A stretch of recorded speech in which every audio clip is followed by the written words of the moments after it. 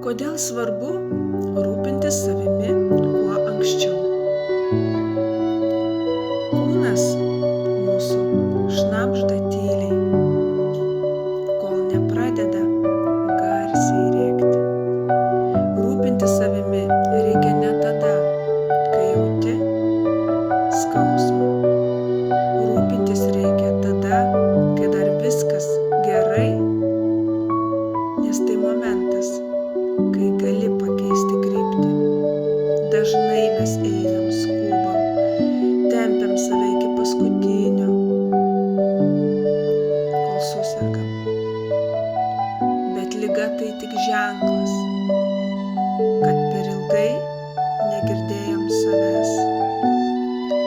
Kviečiu visus, pasirūpinkit, pradėkit rūpintis savimi anksčiau, nes sveikata nėra garantuota.